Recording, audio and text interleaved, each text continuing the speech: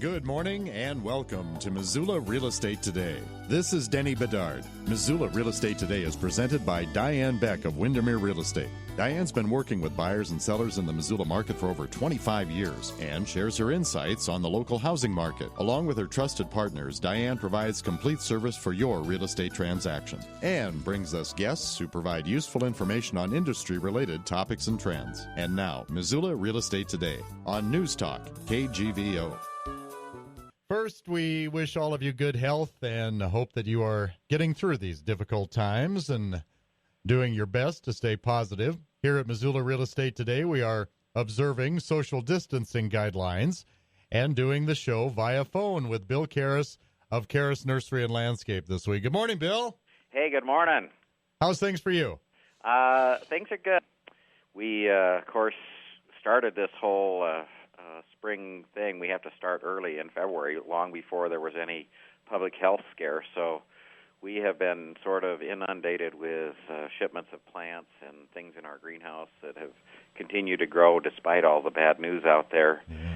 So we're having to be as socially responsible as we can, but at the same time, the plants and everything are already on their way. They're already going. Sure. They're getting ready to be planted, all those sorts of things. So, well, this has had such a profound effect on virtually all businesses.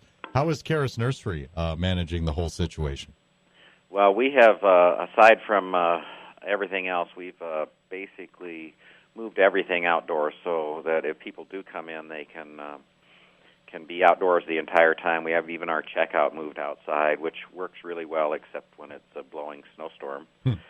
But beyond that, we're really encouraging either curbside pickup or delivery, and we're advertising the phone numbers they can call. We've added extra phone numbers so they can use even a text or an email to reach the managers, and so we can get people taken care of without putting them in harm's way. Here at the nursery, people can still come in, but they pretty much are going to be on the outside of the building and outside of the greenhouses. They can wander through some of the greenhouses because we have the walls down and the roof vents open. But otherwise, we're trying to be extremely careful, but still be able to take care of people. Well, you know, and I guess if there is an upside, a lot of what you sell is going to be put to use outdoors, right? Well, yeah, the outdoor air is really good for you even when you're just not dealing with this thing. But enclosed areas are more dangerous, obviously, for anything airborne. So we're thinking people should get outside and get gardening and get cleaning up the garden and maybe get planting. And you did mention you had to be proactive. You had to be vigilant about this because so much product is in. Typically, what are you seeing a lot of that you're getting set up for folks to purchase this time of year? Well, we have probably 2 acres just of trees, shrubs, fruit trees, berry bushes, perennials, that sort of thing that were already pretty much in the pipeline or already here when this whole thing broke. The greenhouses, we have some of them that we've opened up that are got roof vents and wall vents, and so we have some of the more tender things inside those. But otherwise, the other greenhouses, we have things going, but we're not allowing the public to go in there. But we have everything represented out in the cooler, more ventilated greenhouse. Missoula Real Estate Today, presented by Diane Beck of Windermere Real Estate, and our guest this week via phone for social distancing purposes, Bill Caras of Caras Nursery and Landscape. Bill, with at least you kind of alluded to this, at least with the promise of spring weather, still being a little bit finicky and indecisive like every year, what are customers normally eager to get out and do this time of year? Well, I think what we're seeing the most of right now is vegetable gardening. There's a lot of interest in seed. It's probably related somewhat to the current crisis. But vegetable gardening, berries, a lot of herbs, a lot of the cool season veggies. This time of year is still pretty early, but pretty soon you'll be able to plant out those crops whose leaf you eat or those crops whose root you eat, which would include lettuce and cabbage and kale and carrots and radishes and those sorts of things. Those are the cool season crops that usually go out in April. You can plant seed potatoes now, too. We just got a big shipment of those. People have been really wanting those. but a lot of the bare root berry bushes and that sort of thing. So, again, there seems to be an emphasis on food production for people right now. But beyond that, color, a little bit of primrose, pansy, that sort of thing has been good. And then seed starting is big. We're selling a lot of and delivering a lot of soils, bag soils, potting soils, that sort of thing. Also, for starting seeds indoors and then transplanting them and then moving them outdoors to get an earlier harvest. Well, hand in hand with that answer, you don't want to get over anxious necessarily, but what do you typically advise homeowners to do this time of year to get things ready for warmer weather in terms of planting and landscaping? Well, I think right now is a great time for cleanup and getting everything ready from that standpoint. You can add fertilizer. It's not going to wash the soil, especially if you use some sort of organic fertilizer. It'll just be there waiting for the plants. So there, any amount of cleanup that can be done, we're actually doing a tremendous amount of it here because we have the same situation as everybody else. We kind of look a little tired after a long winter, and stuff got stuck here and there, and so we're doing a lot of cleanup and organizing as well. And then, but if people have everything prepped, they can clean up the garden, they can clean up the beds, they can clean up lawn, and then they can go ahead and fertilize their lawn with an organic fertilizer should they choose. Indoors, houseplants are just a huge thing right now, and it's a good companion to have. Yeah. But there are a lot of fun new things. There's some flowering houseplants.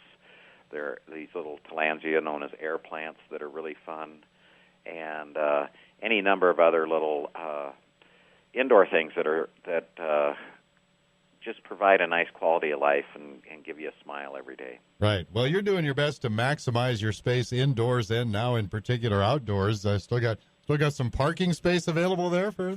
Oh yeah, it's not that busy. It's still March. Last year at this time it was full-blown winter, so we're actually having a really nice spring here. But we're not overrun with customers.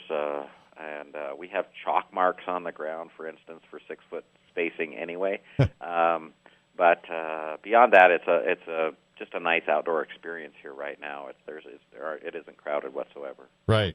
Well, I will get back indoors in a moment here, but let's stay outdoors for now.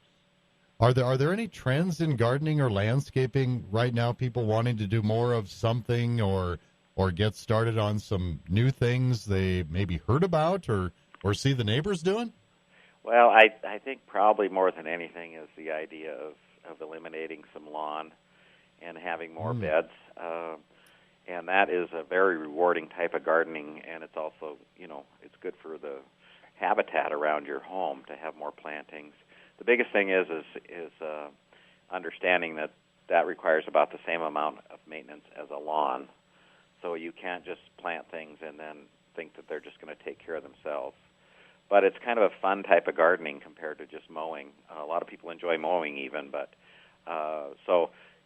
taking a patch of grass and converting it to a vegetable garden, or even just a natural garden or something with a particular interest you might have, say roses or something like that. That seems to be the thing, is to gradually poke away at having a little less lawn. Right. Missoula Real Estate Today, presented by Diane Beck of Windermere Real Estate, and our guest, always a great guest to have on, Bill Caras of Caras Nursery and Landscape. Now, Bill, I think the last time you were here, you mentioned indoor gardening as being something that's gaining popularity. You mentioned it briefly earlier in the show. Is still seeing that on the rise? Yeah. Houseplants are back in. It's kind of like some other styles. Things come in out of fashion and then they're back in. And right now people are really into houseplants. But then, like I mentioned, a lot of the other unusual plants are a lot of fun, too. Some people are doing little bonsais or even little miniature gardens. Terrariums used to be big a long time ago, and suddenly terrariums are a lot of fun. And that's something that you can, have fun building, and then, you can even stop them so there's no air circulation, and they become their own little environment in there and need very little supplemental water or anything. Those terrariums are coming in all sorts of sizes and shapes, and so they're really kind of fun. They're kind of living art, but they're also interactive. Exactly. So, by and large, high maintenance, low maintenance. Is it fair? Are for the most part pretty easy things to maintain? Most indoor plants are easy as long as they get enough light. They don't have high water requirements in general, and the biggest thing is if you just stick them in a room with no supplemental light or just very low, unnatural light, they're going to stretch and have trouble there. And then the watering is really kind of common sense. Usually almost 90%, I would say, or more of plants just need, to have you monitor them, let them dry out between waterings so you're not over-watering, and they're going to be fairly self-sufficient, a year at a time before they need transplanting possibly or maybe cleaning up the roots a little bit and then repotting. How big can you go with a terrarium? I mean, when you say that to me, I think of something the size of, say, a normal fish tank in that dimension there, but can you go pretty big on those if you want to? Well, you could go as large as you'd like, but if you did a large fish tank, that would be quite a nice terrarium. We have all sorts of different glass vessels that can even hang or sit on a table. Some of them are more greenhouse shaped, some of them are more bottle shaped, and some of them have lids that lift off, so you can plant and then set it back on. Those are called cloches. I think that might be a culinary term. Anyway, they're all kind of fun, but most of them are not that large. But you just buy smaller growing tropical plants, and they seem to do just fine. I want to get back to something you brought up briefly. People are always, of course, anxious to get outdoors as winter fades, maybe even more than ever this year with what's going on in our world. Perfect place to do that is in your own yard. Are there things, though, that people maybe try to plant too early? I guess I'm asking, what are some potential mistakes that might occur just ahead of the warmer months? Okay, I think I can get that together of everybody, but you have to pay attention because there's a lot of different little side rules. But, right now the soils are warming up. They're not that warm, and so some seeds that you put down, like grass seed, probably won't germinate for a while. So there's no huge rush to seed lawn area. However, when we get into April, some years it's really nice, and you get really good germination, and on other years it's cold and nothing germinates at all. So you sort of have to watch the weather reports and decide when is a good time for seeding, not only grass but other things, because they need some warmth in order to get germination. Warmth in soil really is warmth and water, is really what you need for good germination on almost every seed. You don't want to let them dry out because they don't have a root system, especially when they first germinate. You want to lightly water everything because they can't use too much either. As far as planting trees and shrubs and berries, I would say we're good from here on out, but there's no big rush again. The soils are going to be warming up. You can kind of look around and see the trees are all still dormant. The buds are starting to swell on a lot of things. So you can plant now, but you certainly are not going to lose anything if you wait a little while. It's pretty early, particularly if you look at weather from last year. However, I am seeing some germination already of weeds. And you know what, Denny? Weeds are really easy to pull when they are small. Sure. And so you can, especially on the south side of a berm or the house or something like that, I am starting to see some germination of some undesirable plants. And I'm just telling people, well, keep an eye on that stuff, because if you don't deal with them when they're small, then they're harder to deal with when they get larger. Yeah. Well, I'm not asking you to do a forecast, so don't anybody yell at Bill Caras if he's wrong, but, you compare this March to last March, how much milder it's been. But it sounds like at least you're seeing April as being a pretty favorable month this year for germination. Well, yes, but, I've been at this 44 years now, so I've seen everything. I've seen it be nice early and then get cold later, and I've seen years where we would have been better off in April seeding than May, but usually it's the other way around. But who knows? Who knows what we're going to get? It just does feel a little warmer this year. Certainly, I can tell you last year we were looking at sales compared to this year, and we had 2 days last year where we just closed because there was a blizzard. And this year we've had some wonderful March days. Missoula Real Estate Today, presented by Diane Beck of Windermere Real Estate. Our guest, Bill Caras of Caras Nursery and Landscape. As far as helping homeowners, Bill, what kinds of questions do you usually get asked, and what kind of advice are you sharing a lot of this time of year? Well, we're getting asked quite a bit about what can be planted, and so for the more novice gardeners, I'm talking to them about how they can plant the leafy crops and the root crops right now in the vegetable garden. There's a lot of interest in fruit trees right now, and so going down the list, apples, plums, pears, cherries, peaches, apricots. There seems to be a lot of interest in having a fruit tree. Mm-hmm. We do have all those to choose from, and they all seem to be pretty well suited to Missoula anymore. There are some new fun things people can plant, like these bush cherries and honeyberries that are very low care and very productive and just hardy as nails. You don't have to worry about it too much. We do sell a tremendous amount of blueberries, but they really require acid soils, which we don't have much of here, so people have to do a little more work as far as amending the soil. So there's all of those things going on. Like I said, vegetable gardening there's a lot of interest in that right now, and then the berries, some of them are just awesome once you get them established. So we sell thousands of raspberries, for instance. Is there a lot of difference between a bush cherry and a cherry tree cherry? I must admit that's kind of a new one to me. Yeah, well, the bush cherries are they're hardy in northern Saskatchewan is one difference. And beyond that, when you say cherry, you're probably talking about sweet cherries. Of course, there are pie cherries that are used mainly for baking, and they're not nearly as sweet or as good fresh eaten. And the bush cherries are going to be more like a pie cherry. And you ran down a list of these, I assume typical, but do Western Montanans have favorite flowers and trees? What do you usually see a lot of moving out of the store in late March and early April? A lot of the things you just described? Well, I think the main difference over the years has been the advent of the peach. With the climate warming, we're just seeing a lot more peaches around and a lot more sweet cherries. We've always had apples here, plums and pears, but the others were a lot more iffy, and now they're a lot more solid as far as getting through the winter and being productive here. That's one thing. Some of the things that are the old standards, like flowering crab apples, we still sell a lot of. The main difference nowadays is that they've been selected over the years to have very small fruits that don't fall off the tree. They call them persistent fruits that are decorative but don't make a mess on the ground. A lot of people are concerned about that. So flowering crabapple is still our most popular flowering tree, but they are different than they were 40 years ago. You mentioned you're noticing some weeds already starting to pop up. What about insects? Are there any early infestations that we might have to be aware of this year?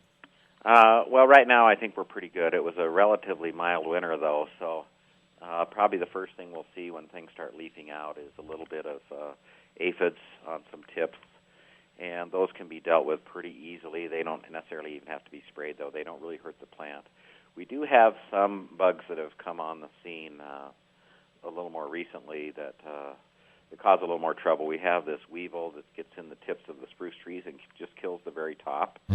Doesn't hurt the tree in terms of its health. It just hurts it in terms of its appearance. So that's one to monitor for.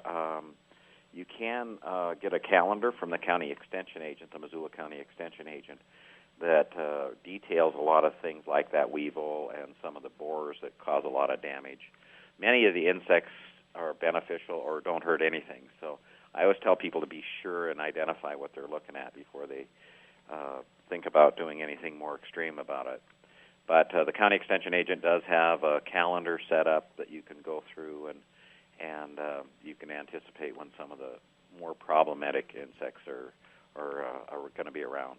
Hey, we want to say thanks to some of Diane Beck's marketing partners that help bring you Missoula Real Estate Today here on News Talk KGVO.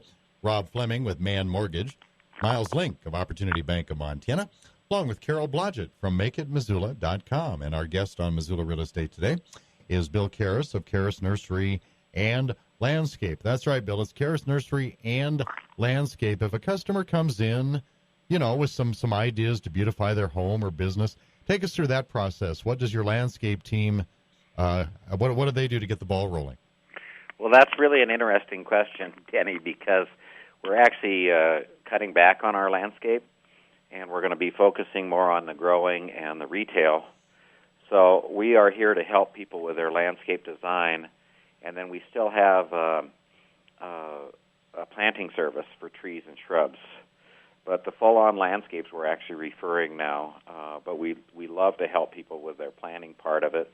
They can bring in pictures, they can bring in an overhead representation of their lot, and we can help them here.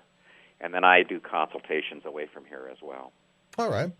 And I always have to ask you about this. I apologize if it's repetitive to some of our listeners because you have been on the show before, but a little of the history of Caras Nursery. This is a multi-generation family-owned and operated business with a lot of wonderful local history, and I always like to listen to how proud you are to talk about it. Well, it's interesting because I didn't know this when I first started here. There's actually a nursery on this site called Missoula Nursery It was started about 1896. Wow.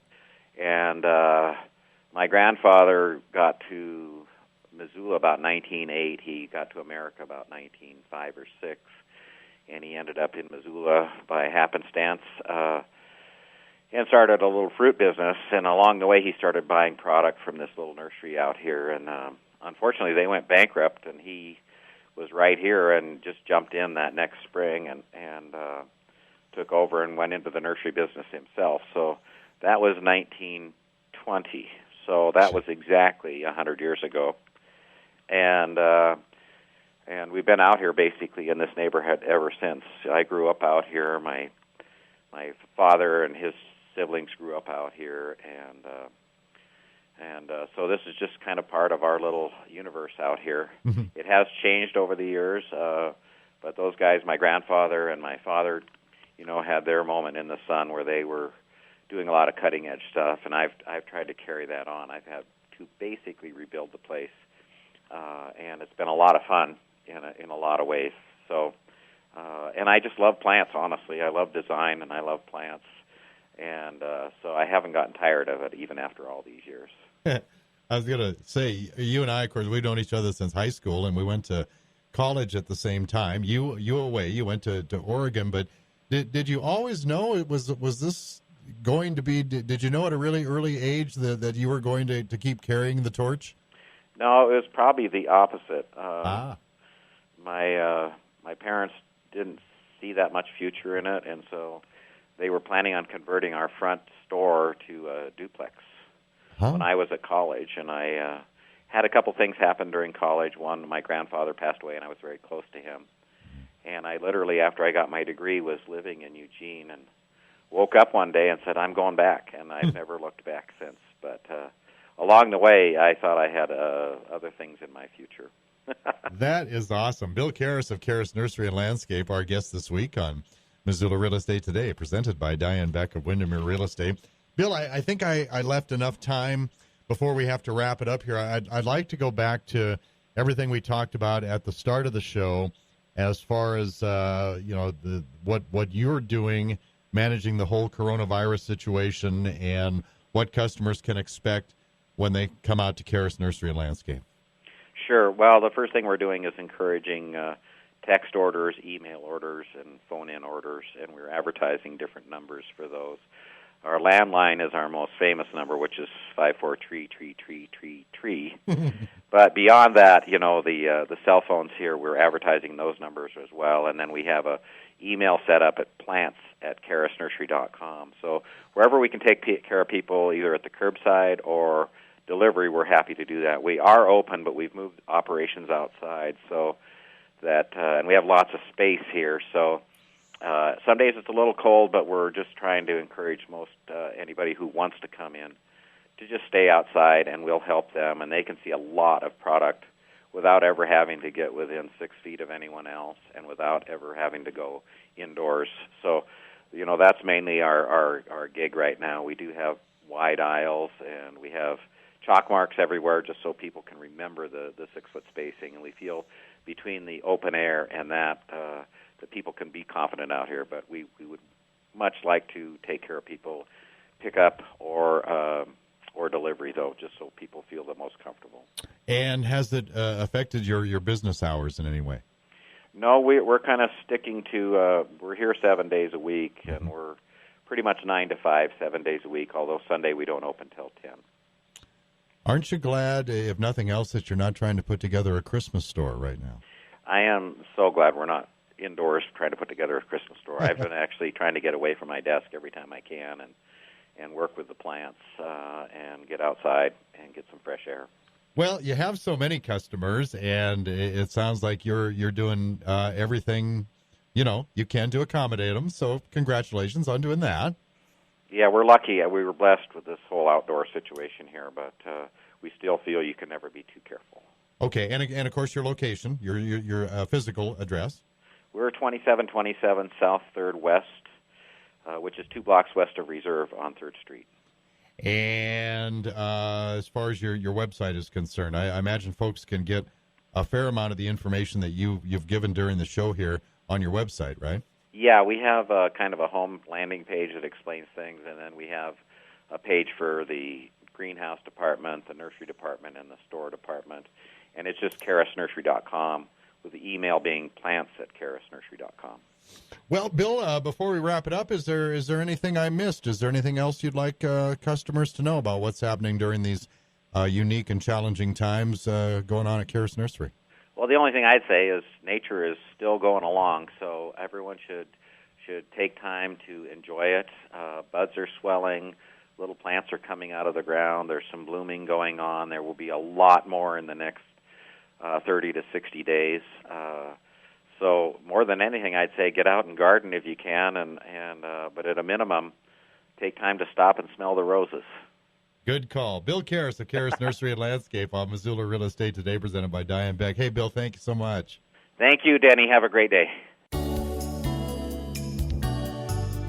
Thank you for listening to Missoula Real Estate Today. We hope you found this morning's information to be helpful. If you have any suggested topics for any future Missoula Real Estate Today programs or any questions about buying or selling, contact Diane Beck with Windermere Real Estate. Email dianebeck@realtor.com or visit her website, homesinmissoula.com. That's homesinmissoula.com. We'll see you next time on Missoula Real Estate Today.